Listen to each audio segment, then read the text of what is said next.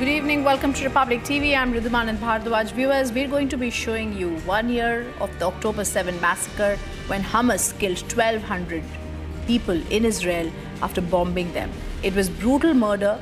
We show you today unaccounted tales of horror of October 7th. First up, a look at our top headlines.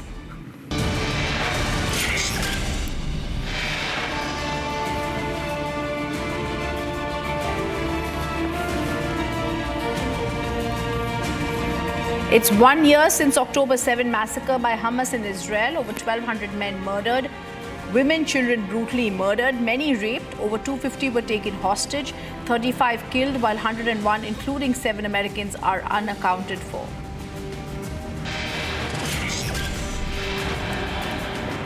Even long before October the 7th, 2023, Lebanon has been always under the violation and attack and threat of Israel. Lebanon's ambassador to India, Dr Rabie Narsh, makes the biggest declaration from Hezbollah push back to India as peacemaker. Stand by for that all-tell-all interview.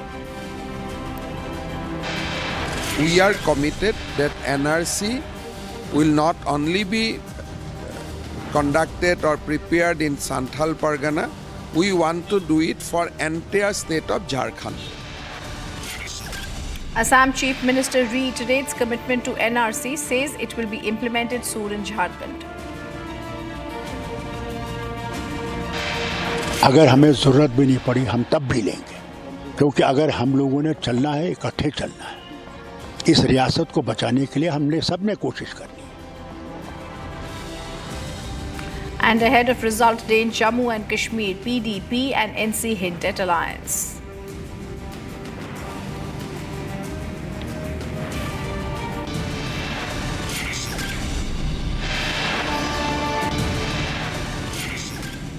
Viewers, 1 year ago today, the world watched in horror as unspeakable violence tore through innocent lives. October 7th will forever be etched in our memory as a day of heartbreak.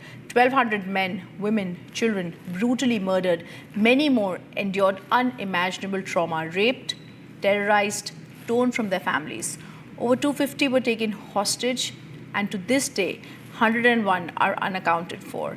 They look at hope, they yearn for their return. Amidst all this darkness, there are those who survived, who bear the weight of these memories. Today, we are now joined by Alan Neer-Am, one of the survivors who's lived through this nightmare. Alan, as I thank you for being with us, it's your strength, your courage, that's a testament to the human spirit. We're deeply moved that you're willing to share your story with us. Thank you for being here. I was earlier looking at what you've stated. At 6:30 a.m. October 7th, what were the events that unfolded? Thank you for having me, first of all. And we are the one that got lucky. I mean, in my kibbutz Niram, there was an attempt to get in by the terrorists. And at 6:30, we had hundreds of sirens and rockets. It was a Saturday morning and a holiday in Israel, and nobody thought that anything like that could happen. And in a minute, we were in the safe room with my 2 kids, my wife, and my dog. And we sat over there, and then in a minute or two, we understood that it's not like a regular rocket Qassam attack, because we heard gunfire. We have like rifle and live ammunition shot very close to us. So something was very weird. And then there were also kind of explosions that we didn't find familiar, because we had gone through dozens of rounds of like these terror attacks or war, but it was nothing like it. And then electricity broke down, and the phone line, the cellular phone, also broke down. The last thing that we heard is that our mayor, Ophir Lipstein, was murdered, and that was like letting us know in 1 second what's going on. We didn't understood the whole blown event, but we understood it's something completely different. It was in Kfar Aza. My parents-in-law, my father and mother-in-law, are in Kfar Aza, and there are people that are over 80, so we were very worried about them too. And after the phone and the electricity stopped working, so we were like 18 hours inside the safe room in Kibbutz Niram. We didn't know if there are terrorists in the kibbutz or outside, and we didn't know what's going on. It was very difficult to get outside because you didn't know if it's safe outside. So we just waited it. What was actually happening is that our security team in the kibbutz managed to close the gate. I mean, they put off the electricity to the gate and the whole kibbutz. And by that, they saved us all, because in that matter, the terrorists had like a 4 hours gunfight in the front of the kibbutz, but they weren't able to get inside, not like in other kibbutzim. So 2 soldiers were killed in this gunfight, and eventually they found like 45 terrorists in a building very close to the kibbutz that were eventually killed. But it was like the most difficult 10 hours of my life, or even 15 hours, because we thought there are terrorists in the kibbutz. We were locked in a very small room, with a safe room. We did get out to get some water and food, and after like 6 or 7 hours, we understood there are no terrorists in the kibbutz, but nobody could be accountable. So everybody stay in the safe room and wait it out. And in that, when the electricity came back, we understood about the atrocities that happened in all of the kibbutzim around us and in Sderot and Ofakim. And we were terrified about the fate of my mother and father-in-law, where eventually they are okay and rescued. And we had like very big miracles on that day, but thousands of others didn't. And many, many good friends died, and friends of the kids, age 14 and 16, died. And it was a very traumatic event that we will carry out for the rest of our life. I agree. It's something that you're going to be seeing and hearing, Alan. It's shattered lives, scarred souls. We're looking today at the biggest escalation, massive escalation in this West Asian part now. I want to ask you, what about your friends? Did you have any, were there any survivors? Do you know any of the hostages that were taken?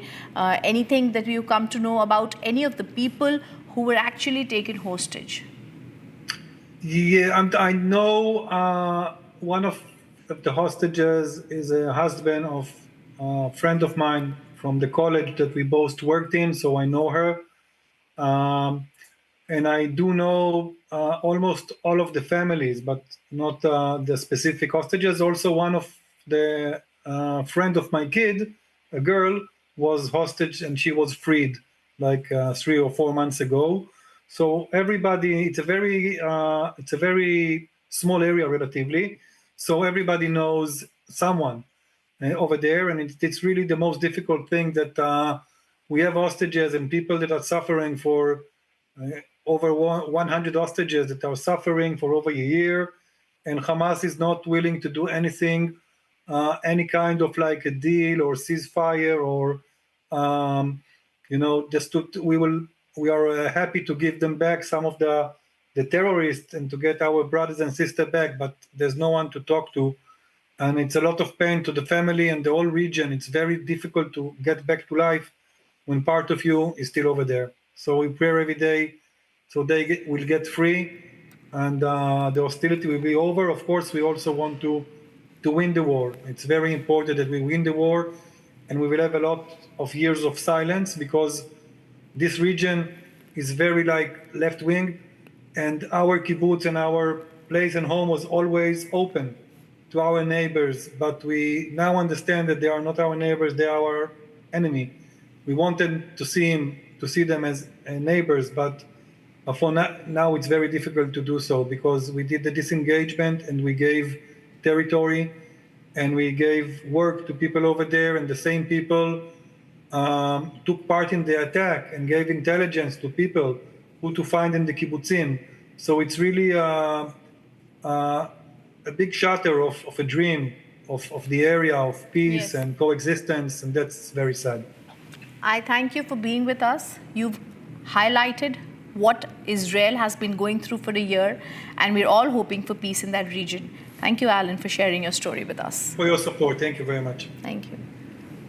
Viewers, we also now show you from October 7 massacre to Hezbollah pushback, and now India being thought of as a peacemaker. Republic speaks to Lebanese envoy to India, Dr. Rabie Narsh. Watch this exclusive tell-all interview.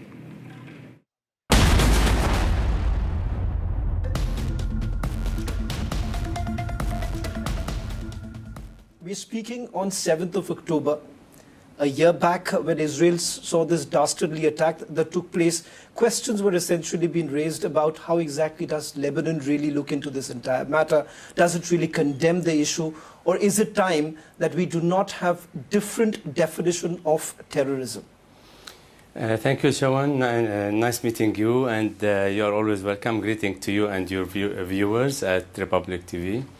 Today is the 7th of October, as you said. It should be a wake-up call for the world to work for justice and lasting peace. It should be a call to say to the oppressor, enough is enough. To say to Israel, enough of occupation, enough of humiliation, enough of destruction, enough of wars. Israel, since its creation, has been encroaching on its neighbors' borders.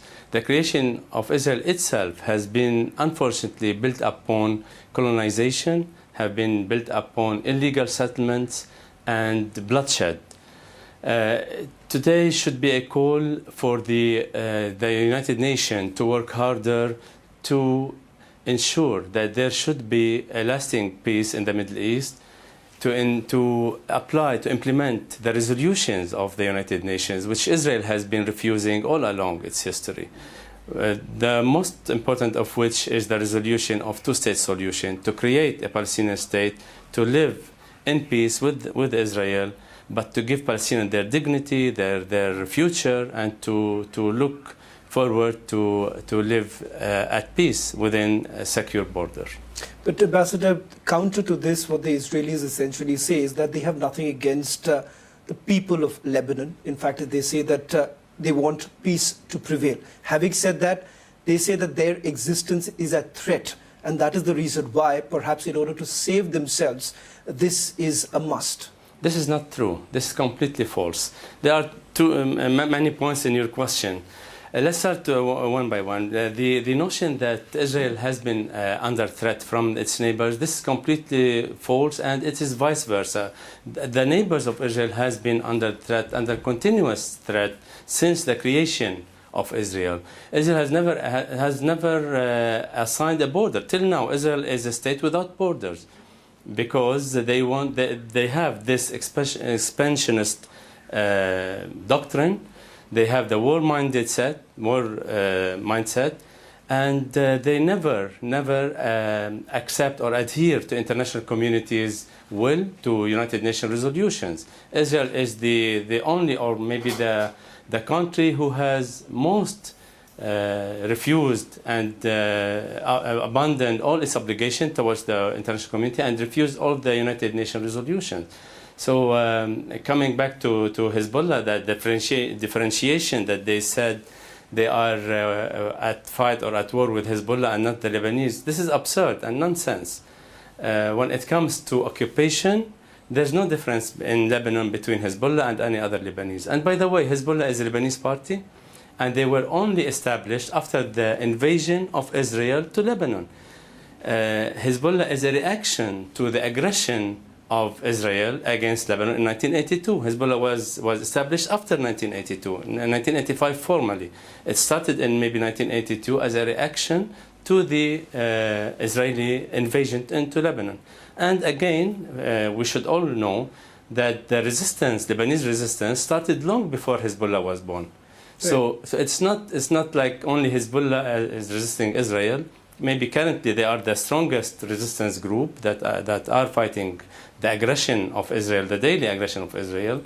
But then again, Israel maybe led to the creation of Hezbollah because of its continuous aggression, because of its invasion to Lebanon in 1982, and the history of attacking and violating Lebanese territory, Lebanese airspace, and Lebanese sea borders too. Ambassador, that remains the biggest dichotomy, the biggest debate as to how do you really see Hezbollah. as a political party, of course, with the kind of representation that it has in the parliament in Lebanon, with, if I'm not wrong, with almost 13 parliamentarians, of course, they have the right to exist. The biggest dichotomy is, can a political party also have a military wing? Across the globe, there is no such precedent. So don't you believe, because there are voices within your own government who are against the idea of an armed militant organization? As a political party, yes, but not as a political party armed with guns. Shawan, you are an adroit journalist, and you know very well that international law guarantees the right of every occupied people to resist their occupier. Right. So the resistance is legal resistance to any occupier. It is armed or unarmed resistance, but any oppressed people, any occupied people has the right to fight their occupier. This is what Hezbollah is doing. They are, yes, represented in the parliament and in the cabinet and in the administration. When it comes to the framework of domestic politics, Hezbollah function as a function according to the established rules by the Lebanese political system. So there's no issue with that. When it comes to resistance, then they are armed group to resist Israel, who is occupying our land, who is attacking us on a daily basis. Even long before October the 7th, 2023, Lebanon has been always under the violation and attack and threat of Israel. But Ambassador, a different situation altogether, because this is again a version within your own government. Many would say that would it not be better if the Lebanese army really takes on, rather than having a non-state actor, rather than having the Hezbollah taking over? So much so even various US administrations supported the idea. In fact, as I understand, President Obama was willing to equip the Lebanese army. Of course, there was resistance coming in from the US Congress. But having said that, wouldn't it be much better for the Lebanese government to perhaps disarm and ensure it is done through the government and not through an organization like the Hezbollah? It is priority. So before disarming Hezbollah or whatever, we want a guarantee against Israel that they will not attack us and they will not encroach into us. We see what they are doing to the unarmed people in Gaza. We see their massacres, their Holocaust, their war crimes. Who can guarantee this will not happen to us? And it's not true that because Hezbollah is there, Israel is attacking Lebanon. No, Israel is attacking Lebanon, like I told you, even before Hezbollah. So yes, it is better, of course, to have a Lebanese army only defending our borders. Right. But we need a guarantee that that Israel will not attack us on a daily basis, and like I said, it is the right of any people to resist Israel. Popular resistance is legal, so it's not only official resistance by the army. When your army cannot, and we know and we admit it's not secret that Lebanese army cannot face Israel. We don't have the technology and the heavy bombs that the United States is providing Israel with. Israel, without the backing of the United States and the West, they are nothing. But what if the guarantees come in? Because in the past we have seen the US has been perhaps inclined towards equipping the Lebanese army. No, that's not true. That's not true, I'm sorry to say. But the unconditional support by the West, especially the United States, to Israel is wrong. And this has led us to what we are now, what we are seeing now. Not holding Israel accountable for its war crimes, for its genocide, for its history of bloodshed, for its occupation, has led us to what we are experiencing right now, to the devastating wars and chaos in the region. Israel should be stopped. This doctrine, this twisted religious doctrine of chosen people and promised land, we are living in the 21st century. We should go beyond the religious myths and falsehoods of, like I said, of twisted religious doctrine.